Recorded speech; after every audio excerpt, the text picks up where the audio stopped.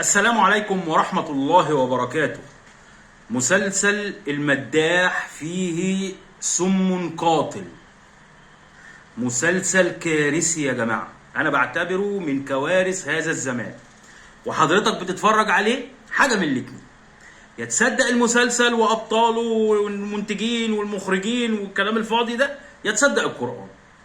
المسلسل بيشكك في العقائد، مسلسل كارثي. واللي كارثه اكتر والاخطر من كل ده التصريحات بتاعت البطل المسلسل اللي بيقول لك ده احنا اللي بنعمله في المسلسل ده ما يجيش 1 على مليون من الحقيقه. حقيقه ايه؟ حقيقه ايه يا جماعه؟ المسلسل باختصار للي ما بيتفرجش او اللي بيتفرج، مطلع لك الشيطان ده ان هو بيتحكم في الكون، بيتحكم في الكون، بيعمل كل حاجة، بيكسر وبيحرق وبيقتل وبيدمر ازاي ده انتوا كده بتشككوا الناس في العقائد بتاع، انتوا بتهزروا. ازاي مسلسل زي ده يطلع اصلا؟ يطلع انت لو هتتفرج عليه على انه مسلسل عادي دراما وحبكة والكلام الفاضي، اتفرج. اللي خلاني اطلع اعمل الحلقة دي ان في ناس مصدقة. والله يا جماعة في ناس مصدقة. جات لي البيج بتاع حماده هلال بالصدفه كده على الفيسبوك، فدخلت على التعليقات، هو قايل التصريح، دخلت على التعليقات لقيت ناس بتقول وعندك حق وفعلا وبيحصل ايه ده؟ بسهوله كده حد ممكن يطلع بمسلسل يشكككوا في العقائد؟ مسلسل مبين الشيطان ان هو حاجه كبيره جدا، مع ان ربنا سبحانه وتعالى قال عليه ان الشيطان لكم عدوا مبينا. الشيطان خلاص هو عدو، بس ربنا قال ايه؟ كيده ضعيف. ان كيد الشيطان كان ضعيف، ولا يقدر يعمل اي حاجه من اللي انتوا بتشوفوها دي خالص، ولا يقدر ينقل كوبايه من هنا لهنا، والله ما بيقدرش يفتح باب. متخيل؟ الشيطان ما يقدرش يفتح باب، ما بيعملش اي حاجه غير ان هو بيوسوس لك. الشيطان يعدكم الفقر، بس هو يوسوس لك تعمل الغلط. الشيطان مش عايزك تعمل الصح، لانه بكل بساطه الشيطان مصيره جهنم، فعايز في جهنم اكبر قدر ممكن من البشر. هو قال لربنا كده، قال له سيبني وانا هغويهم. راح ربنا رد عليه قال له ايه؟ قال له اللي هيستغفر فيهم هغفر له. متخيلين يا جماعه؟ ضعيف. بقول لكم مسلسل كارثي، مسلسل كارثي. انا مش هقول لك ما تتفرجش عليه، بس ما تصدقوش. كل اللي بيحصل ده فيك او انطه من خيال المخرج ولا من خيال المؤلف. انما الشيطان ضعيف، ولا يقدر يعمل اي حاجه من الكلام ده. هو الجن والكلام الفاضي ده ضعيف، والجن العاشق والجن الماشق والكلام فاضي. ده في المسلسل بص الخيال طالع. البطل المسلسل قرينه ظهر له، قرينه ظهر له وقعد يتكلم معاه وانا انت، وقعد يعمل له كده ويعمل له كده. ايه ده؟ وما يعدكم الشيطان الا غرورا. يا جماعه اقول لكم عن حاجه بعيدا بقى عن المسلسل الاهبل ده. الشيطان ربنا سبحانه وتعالى حذرنا منه في الشيطان وذكره في القرآن 75 مرة عشان يحذرنا منه. 75 مرة. متخيلين؟ ربنا قال على الشيطان ايه؟ الشيطان يعدكم الفقر. اللي هيتبع الشيطان هيعدكم الفقر. انما ذلكم الشيطان يخوف اولياءه. يعني اللي بيتبع الشيطان مش هينفعك، يهبل، ده هيخوفك، عمره ما هينفعك. الشيطان عايزك معاه يدلك على الغلط، تضل، تكفر، تشرك، تدخل النار. مش هيسيبك الشيطان، مش هيسيبك من يوم ما اتولدت لغايه ما هتموت. مش هيسيبك، دي شغلته. هو قال ربنا كده، شغلته. ما بينامش، ما بياكلش، هو قاعد لك. بس ربنا سبحانه وتعالى ادانا الاشياء او ادانا الطريقه اللي نحمي ربنا، اللي نحمي نفسنا بيها. احنا نحمي نفسنا ازاي؟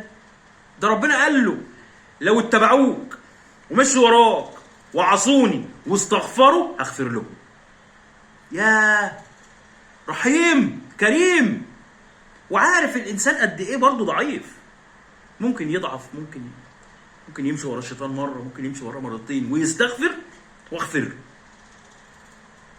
واستغفروا ربكم انه كان غفارا. ربنا غفار، حتى لو اتعاملت مع الشيطان 100 مره غفار.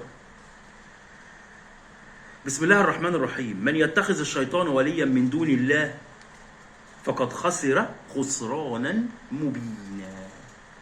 خسر خسرانا مبينا. كل مشيك ورا الشيطان خسارة. بس ربنا سبحانه وتعالى ادانا الحاجات اللي تحمينا منه. رسولنا الكريم ادانا الحاجات الكتير اللي تحمينا من الشيطان. ضعيف يا جماعة اللي بيحصل في المسلسل ده، ولا ليه اي اساس من الصحة. مسلسل كارثي. المشكلة ان الناس، انا اسف يعني، عايزة تصدق ان في واحدة اسمها مش عارف ايه بنت الاحمر، ليلى بنت الاحمر ولا نادية بنت الاحمر، مصدقين. والولايه الست اللي بلغت من العمر ارذله تقول لك طب بتطلع لي وبتضايقني. هبل. كل ده شو، كل ده اعلام، كل ده ترند. انت ما تصدقش. انا طالع لك الحلقه دي عشان ما تصدقش. اوعى تصدق. كل ده كلام فاضي، كل ده كذب، خرافات.